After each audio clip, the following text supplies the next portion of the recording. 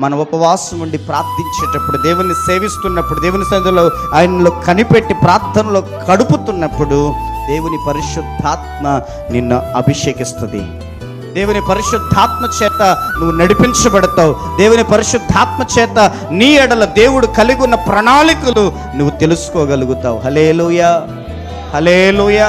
ఇక్కడ వారు దేవుణ్ణి సేవిస్తూ ఉపవాసం ఉండి ప్రార్థన చేస్తుంటే అక్కడ పరిశుద్ధాత్మ దేవుడు వారి మధ్య ప్రత్యక్షమై పరిశుద్ధాత్మ చేత నింపబడిన వారే ఇదిగో పరిశుద్ధాత్మ వారితో మాట్లాడుతున్న మాటను వారు ఆలకిస్తున్నారు. హల్లెలూయా.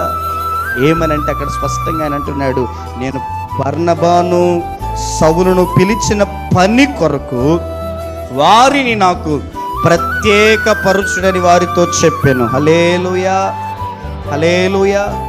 ఈరోజు మనం నడిపించబడే ప్రతి నడిపింపు, మనం వెళ్ళే ప్రతి మార్గం మన సొంతదై ఉండకూడదు, మన సొంత ఆలోచన అయి ఉండకూడదు, మన సొంత తలంపు అయి ఉండకూడదు, మన సొంత నిర్ణయం అయి ఉండకూడదు. హల్లెలూయా. నువ్వేది తలపెట్టినా, ఏది చేయాలనుకున్నా, ఏ మార్గంలో నువ్వు వెళుతున్నా నీ జీవితంలో నువ్వు ఎవరి ప్రేరణ ద్వారా, ఎవరి ఆలోచన ద్వారా నడిపించబడాలంటే పరిశుద్ధాత్మ ద్వారా నడిపించబడాలి.